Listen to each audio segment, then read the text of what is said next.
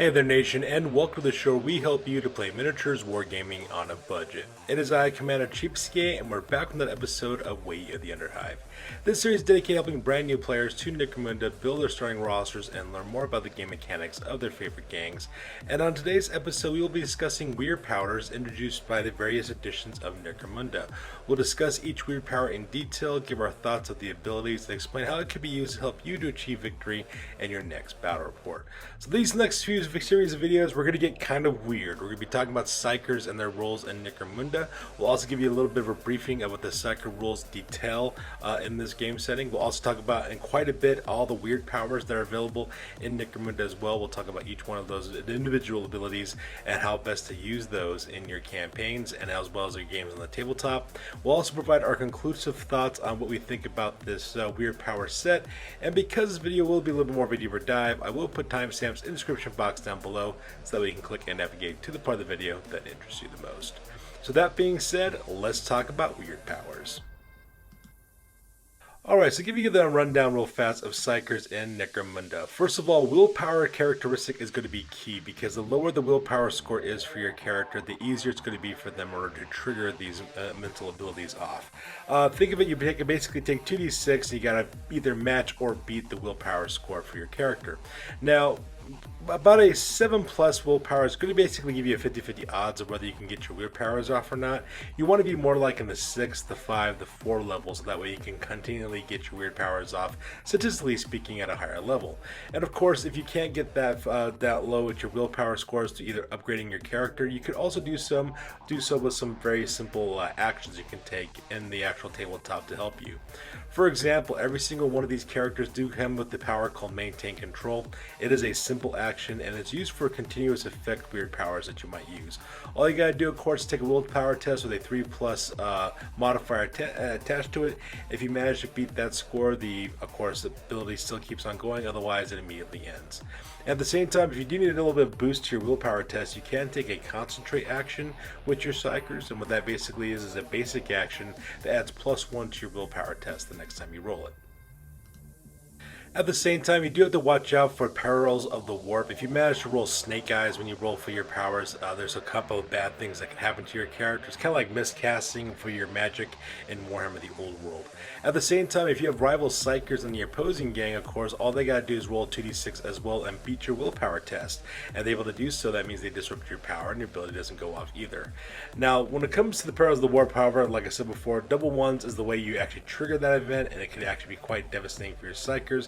But we'll talk about that a little bit more in detail here in a second.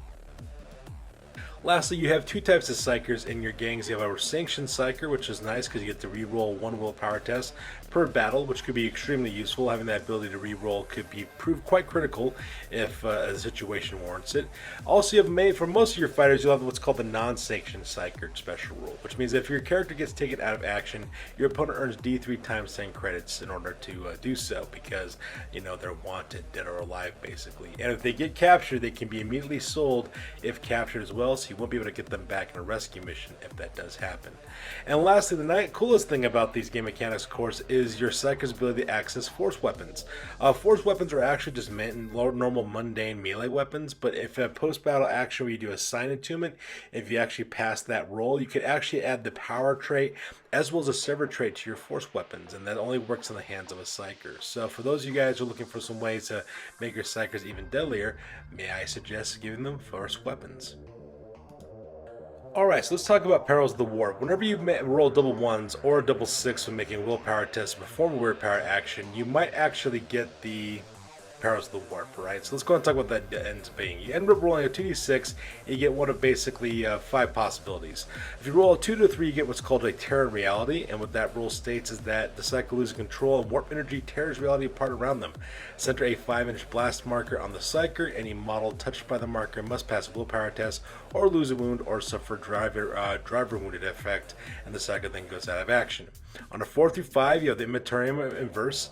The warps inverts upon the attempting to control it, the Psyker becomes a target of power regardless of range. If the power is beneficial, the Psyker instead becomes prone and pinned and suffers a strength 6 hit that inflicts 2 damage. Ignoring armor saves, and the power has no further effects. On a roll of 6 or 8, you get Whispers of the Warp. The Psyker's mind is filled with screaming demonic voices. The Psyker becomes subject to the Insane condition.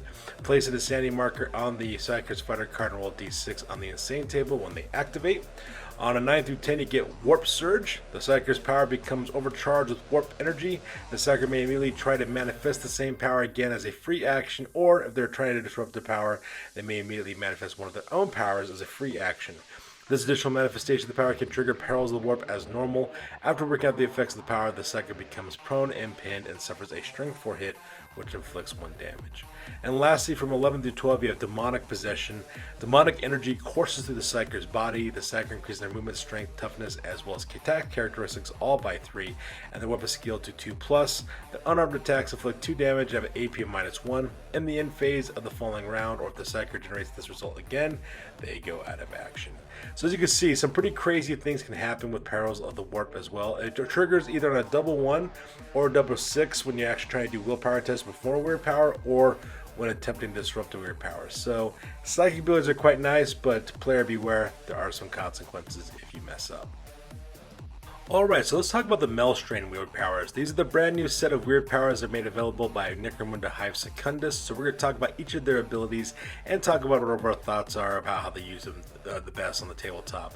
The first one's called Catalyst. It is a basic action to cast this ability. It has also got a continuous effect keyword attached to it, and it reads, whenever a friendly fighter within 12 inches of this model is taken out of action, they may perform a free shoot basic or fight basic action before being removed from the battlefield.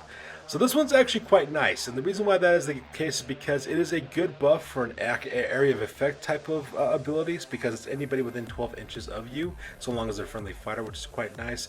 And this is actually kind of nice if you're, especially if your fighters are not very high value, meaning they're kind of like normal run-of-the-mill guys. Either they don't have really good protection, or they haven't really have very much armor or ability to fight really well. It's kind of a nice way to get some payback before you die. So for example, if your character's about to go out of action because they got shot, they can return fire real quick, or if they got taken out in close combat, they can fight real fast, which is always a nice thing in order to do that, to kind of stick it to your enemies. So it's actually a pretty powerful ability.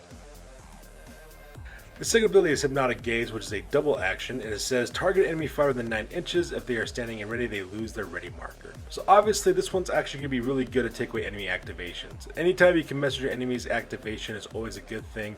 The only problem though, of course, is that this spell is kind of short range. It's the 9-inch range on that one, but even though it's only 9 inches, it is quite effective. Just be aware though, because it is a double action, if you decide to use Hypnotic Gaze, that means your Psyker will be vulnerable to being attacked, and you won't be able to defend yourself all that well, so your Psyker is quite vulnerable, so do keep that in mind before you use this ability. Power number 3 is called the Horror, which is a basic action. It says target enemy fighter within 12 inches. The targeted fighter must immediately make a nerve test. Now this one's actually a good way to break fighters, especially if you're doing this against juvies or low value fighters as well. Anybody who has a really poor cool characteristic, this would be a great way to actually get those guys to scatter.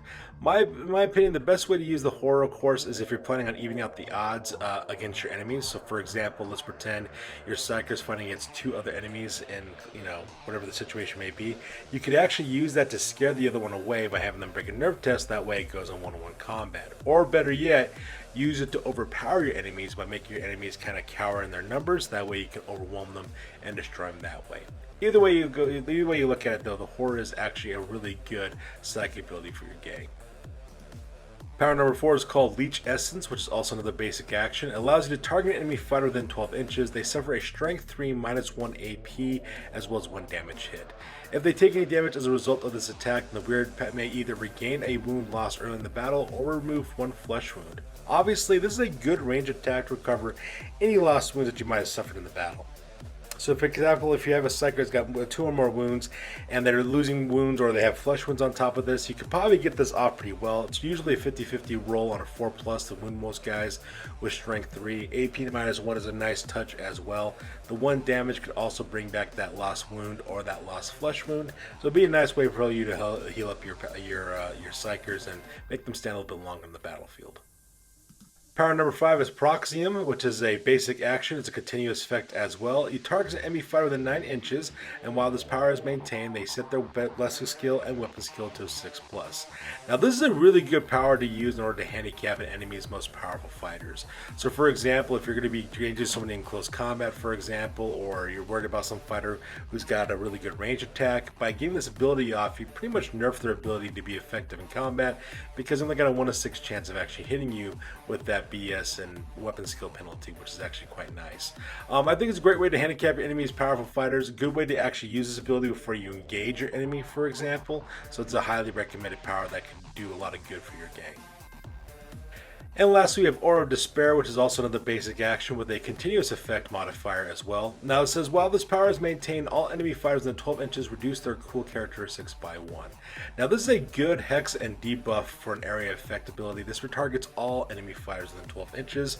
So this is really good to use when you're initiating assault on an enemy position. This way it makes it a little bit easier for you to break your enemies as well. So for example, let's say you're attacking a bunch of Jews. Maybe there's like 3 Jubi level fighters in your opponent's gang. You can pop this power and kind of cripple their cool characteristics, and then finish off a couple of fighters with some serious injuries, or better yet, at action rolls. Your opponent will have to take a handicap to that cool characteristic that might cause them to break. So it'd be a good way to actually use this on an enemy flank before you assault through with your more powerful fighters, and this is a great idea to use for any kind of battle for your gang.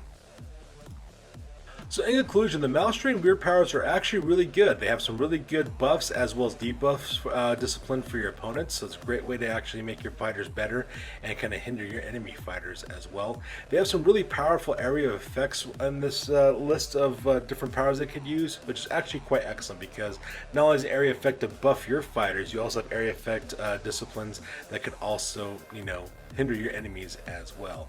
In my opinion, the best way to kind of go with these powers, if I had to order them for which one's the best on the tier rating, I would go with power number 1, Catalyst, being one of the most valuable one, followed by power number 6, which is Aura of Despair, because both those have area of effect, and that much makes them so powerful. Third place, I put power number 4, Leech Essence, because it's always a good idea to heal your Psyker if you're able to. Discipline power number 3, the Horror is also quite good too, so that way you can cause problems for your enemies that way.